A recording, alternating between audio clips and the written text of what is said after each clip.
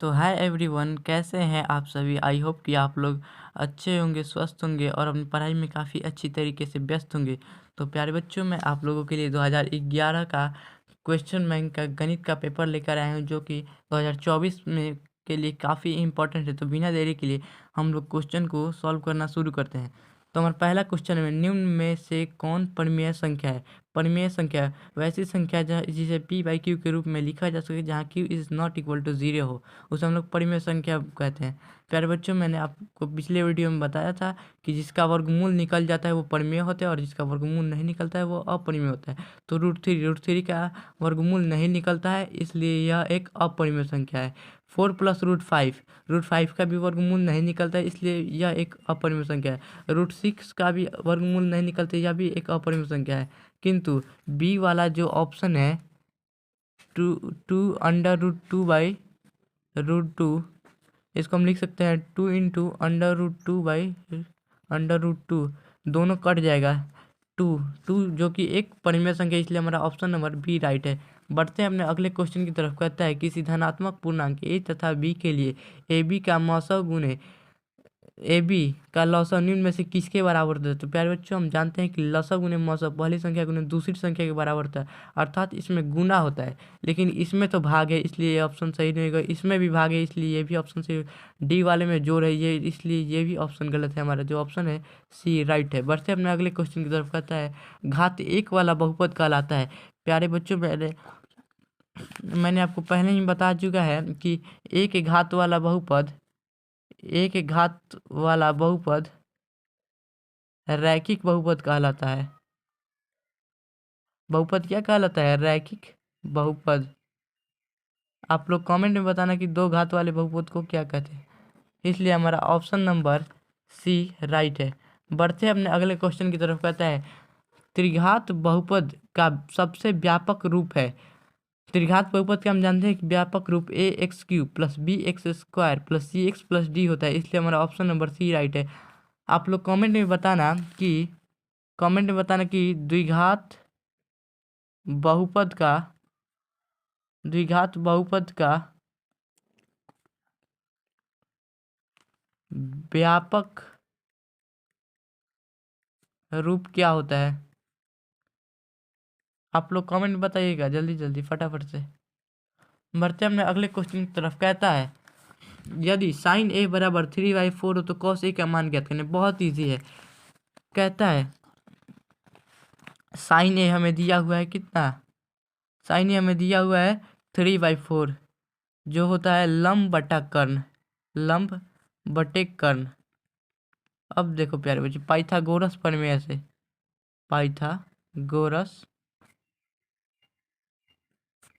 प्रमेय से हम लोग जानते हैं कि कर्ण स्क्वायर बराबर लंब स्क्वायर जोड़ आधार स्क्वायर के बराबर होता है। तो हम इसमें हमें लंब और कर्ण मालूम है, इसलिए हमको आधार निकालना है। तो आधार स्क्वायर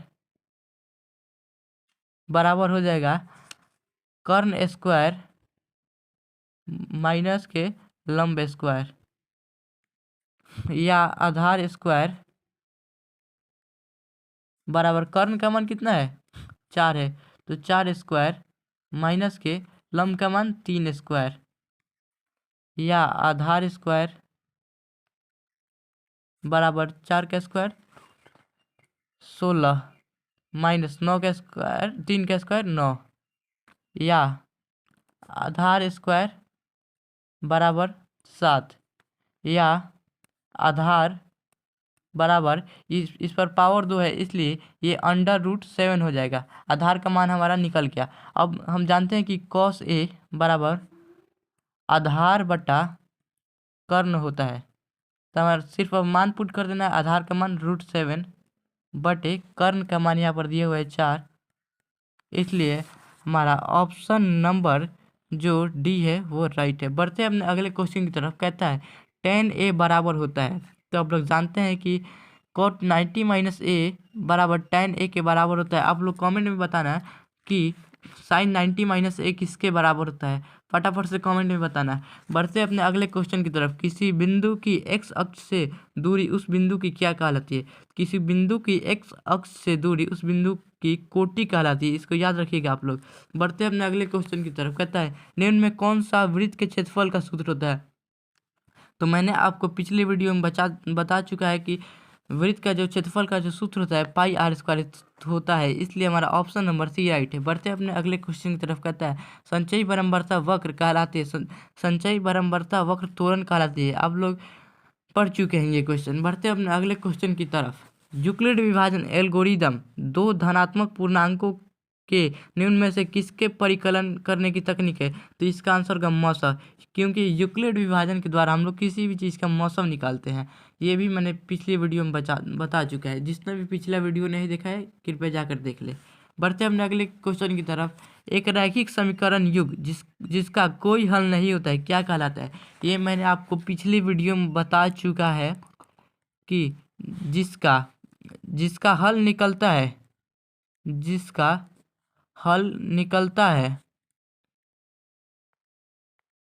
उसे हम लोग संगत बोलते हैं। क्या बोलते हैं प्यारे बच्चों? संगत। और जिसका हल नहीं निकलता है उसे हम लोग क्या बोलते हैं? असंगत। इसको मैंने पिछले वीडियो में भी बताया था। तो इसलिए हमारे जो 11 नंबर पूछ रहा है एक रैखिक समीकरण युग्म जिसका कोई हल नहीं होता, कोई हल नहीं होता, उसे हम लोग असंगत बोलते हैं। बढ़ते अपने अगले क्वेश्चन की तरफ। कहता है tan 45 डिग्री का मान होता है। tan 45 जो होता है ना, tan 45 डिग्री ये 1 होता है। आप लोग कमेंट में बताइए कि tan 60 डिग्री का मान कितना होता है। बढ़ते अपने अगले क्वेश्चन की तरफ।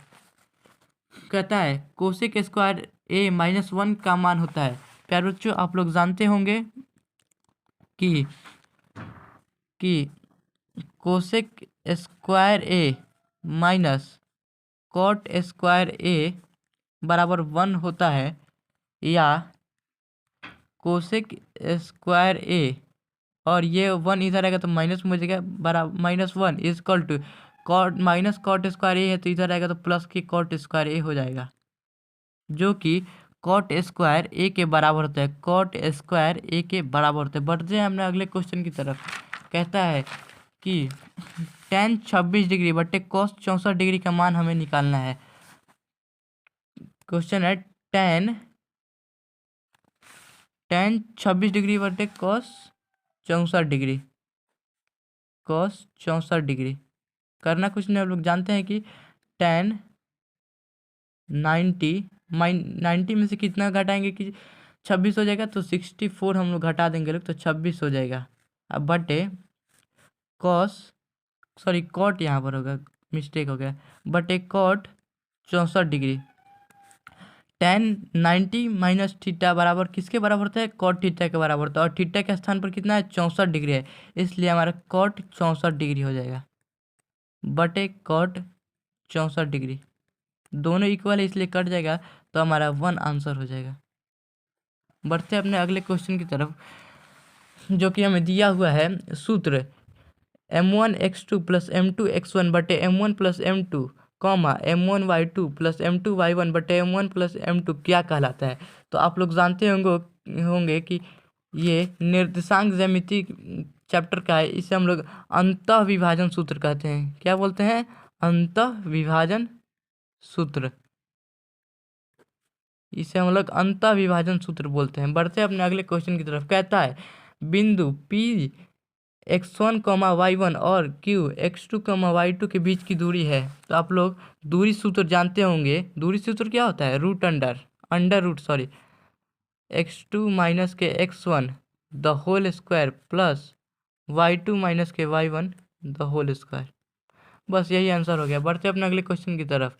दो त्रिभुज में संगत कोण बराबर है तथा संगत भुजाएं एक ही अनुपात में हो तो इन दोनों त्रिभुजों को क्या कहते हैं? तो आप लोग इसे ज्यामिति में पढ़ा होगा कि इन दोनों त्रिभुजों को समरूप त्रिभुज बोला जाता है। क्या बोला जाता है? समरूप त्रिभुज। बढ़ते हैं अपने अगले क्वेश्चन की तरफ। कहता है एक समकोण त्रिभुज में कर्ण का वर्ग शेष दो भुजाओं के वर्ग का जो के बराबर होता है, इस प्रमेय को किसने प्रतिपादित किया था? तो इसे पाइथागोरस ने प्रतिपादित किया था। किसने? पाइथागोरस ने। बढ़ते अपने अगले क्वेश्चन की तरफ। कहता है एक समकोण त्रिभुज में 3.5 सेंटीमीटर त्रिज्या वाले अर्धगोले के वक्र पृष्ठ का क्षेत्रफल हमें निकालना है। तो डायरेक्ट हम लोग सूत्र से करेंगे लोग। सूत्र से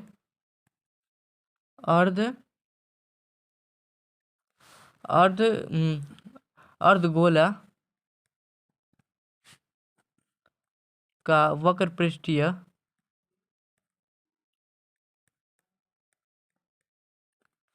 और वक्र पृष्ठीय क्षेत्रफल किसके बराबर था? 2πr²। अब हम लोग सिर्फ 2 के मान आप लोग जानते ही होंगे 22/7 होता है, और आर के स्थान पर हम लोग को 3.5 सेंटीमीटर दिया हुआ है, इसलिए 3.5 इक्वल टू यहाँ पर हम लोग लिखते हैं 2 इंटू 3.5 इंटू 3.5। इसको हम लोग कट करेंगे लोग, तो ये हो जाएगा हमारा 0.5। अब ये हो जाएगा 2 इंटू 22 इंटू 5/10 इंटू 35/10। इसको हम लोग लिख सकते हैं। तो ये 5 एक कम 5, 5 दूने के 10, ये कट गया। फिर 5 7 35, 5 दूने के 10, ये भी कट गया। 5 से तो ये भी कट गया था हमारा। 11 7 77, और क्षेत्रफल भी कभी भी वर्ग सेंटीमीटर में होता है, इसलिए हमारा 77 सेंटीमीटर स्क्वायर आंसर हो गया। बढ़ते अपने अगले क्वेश्चन की तरफ। किसी प्रयोग की सभी प्रारंभिक घटनाओं की प्रायिकताओं का योग होता है। इस क्वेश्चन को मैंने पिछली वीडियो में भी बता चुका है मैंने।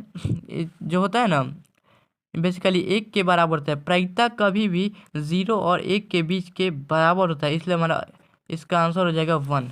बढ़ते अपने अगले क्वेश्चन की तरफ। कहता है अभाज्य गुणनखंड विधि द्वारा 96 तथा 404 का मौसो ज्ञात करना है। अभाज्य गुणनखंड विधि दिया हुआ है, इसलिए हम लोग दोनों का अलग अलग पहले हम लोग अभाज्य गुणनखंड निकाल लेंगे लोग। तो 96 का निकालते हैं लोग। 2 से तो 48, फिर 2 से तो 24, फिर 2 से तो 12, फिर 2 से तो 6, फिर 2 से तो 3, और अगला दिया हुआ है 404। इसको भी हम लोग 2 से ले जाएंगे लोग। 2 से तो 202, फिर 2 से तो 101। अब ये नहीं किसी भी चीज़ से जाएगा, इसलिए हम लोग लिख देंगे लोग 96 बराबर 2 इसको हम लिख सकते हैं इंटू 2 क्योंकि इसमें 5 को 2 है, इंटू 3। और इसको हम लोग लिख सकते हैं 404 को 2 इंटू 101। तो दोनों पदों में 2 कॉमन है, इसलिए हमारा जो मौसा होगा वो 2 होगा, इसलिए हमारा 2 का मान होता है 4, इसलिए हमारा 4 आंसर हो गया। बढ़ते अपने अगले क्वेश्चन की तरफ। कहता है बिना लंबे विभाजन प्रक्रिया किए बताइए कि 7/80 परिमेय संख्या के दशमलव प्रसार शांत है या अशांत आवर्ती।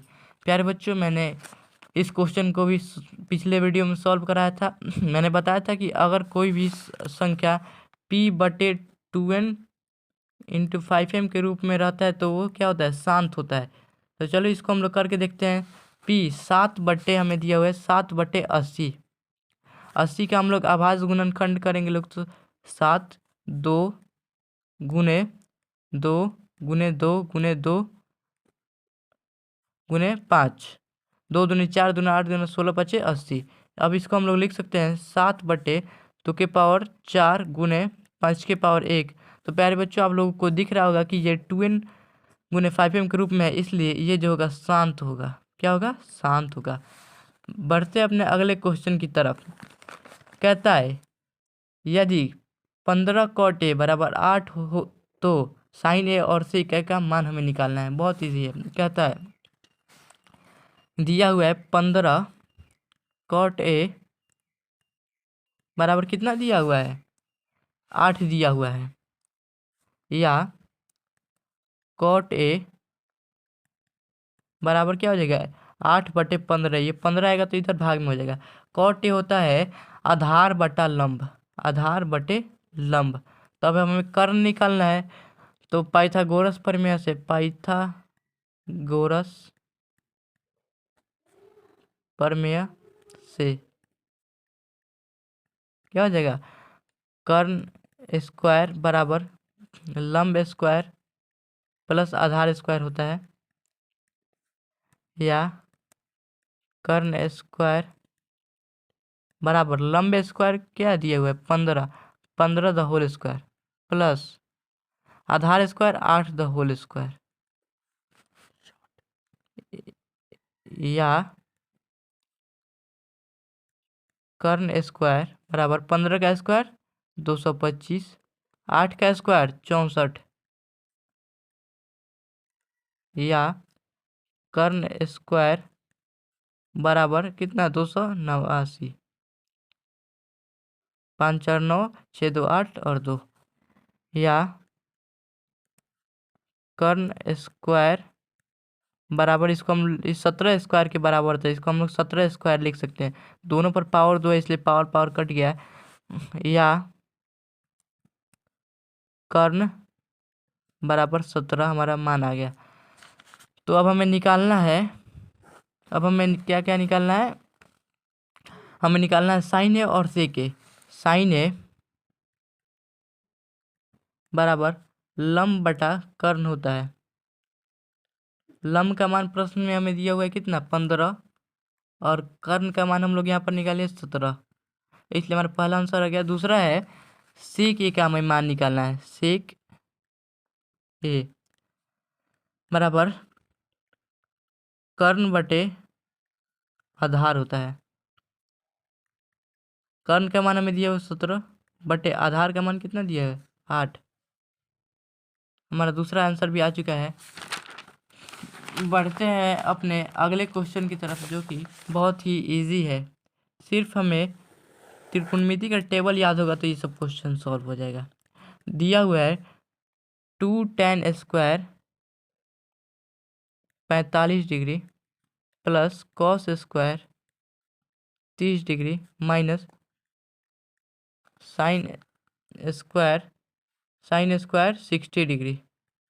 अब देखो प्यारे बच्चों, 2 इंटू टेन 45 डिग्री का मान कितना होता है 1 होता है, तो 1 the whole square plus cos square 30 degree का मान होता है √3/2 the whole square plus minus sine square 60 degree का भी मान वही होता है √3/2 द होल स्क्वायर। देखो प्यारे बच्चे, ये प्लस में और ये माइनस में, इसलिए दोनों कट जाएगा, तो हमारा बचा क्या 2 इंटू 1 का स्क्वायर 1 या 2, हमारा आंसर आ चुका है।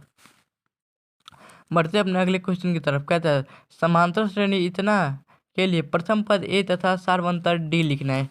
ये तो और इजी है। प्रथम पद ए, प्रथम पद ए, ये यहाँ पर प्रथम पद क्या है 3/2 है। अब देखो सार्वंतर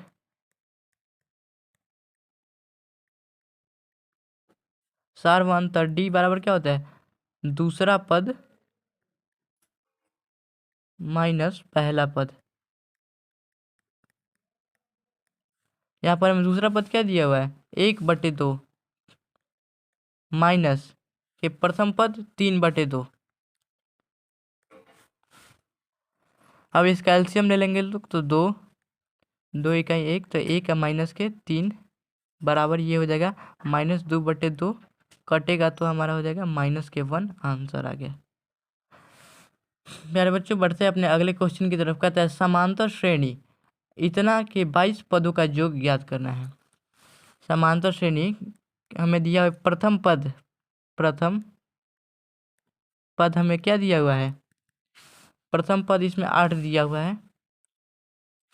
सार्वंतर डी क्या होता है अभी मैंने बताया था, दूसरा पद में से पहला पद, तो यहाँ पर हमारा दूसरा पद क्या है 3 है और पहला पद 8, तो 3 - 8 बराबर हो जाएगा -5। अब हमें निकालना है 22 पदों का योगफल। तो हमें सबसे पहले निकालना पड़ेगा 22वां पद। बराबर हमारा हो जाएगा a प्लस n माइनस के 1 इंटू डी। ए का मान हमारा दिया हुआ है 8 प्लस n का मान कितना है, n का जो हमारा मान है वो 22 है, माइनस के 1 इंटू डी का जो हमारा मान है वो माइनस के 5 है। तो ये हो जाएगा 8 प्लस 21 इंटू माइनस के 5। 8 प्लस 5 एक माइनस के 105। अब घटेगा तो कितना हो जाएगा, माइनस के 97। अब देखो प्यारे बच्चों, एक फॉर्मूला होता है Sn बराबर n/2 इंटू ए प्लस एन होता है। ए प्लस एन जब हमारा 22वां पद निकल गया तो हम लोग यही फॉर्मूला लगाएंगे लोग, क्योंकि आप लोग जानते ही होंगे कि ए एन बराबर A plus N minus 1 into D होता है, और इसमें बेसिकली 2a होता है, इसलिए एक ये यहाँ पर आ जाएगा। अब हमें निकालना क्या है, S22 बराबर n का मान हमारा कितना है, n का मान है हमारा 22/2 और प्रथम पद 8, अंतिम पद माइनस के 97। 2 से तो 11,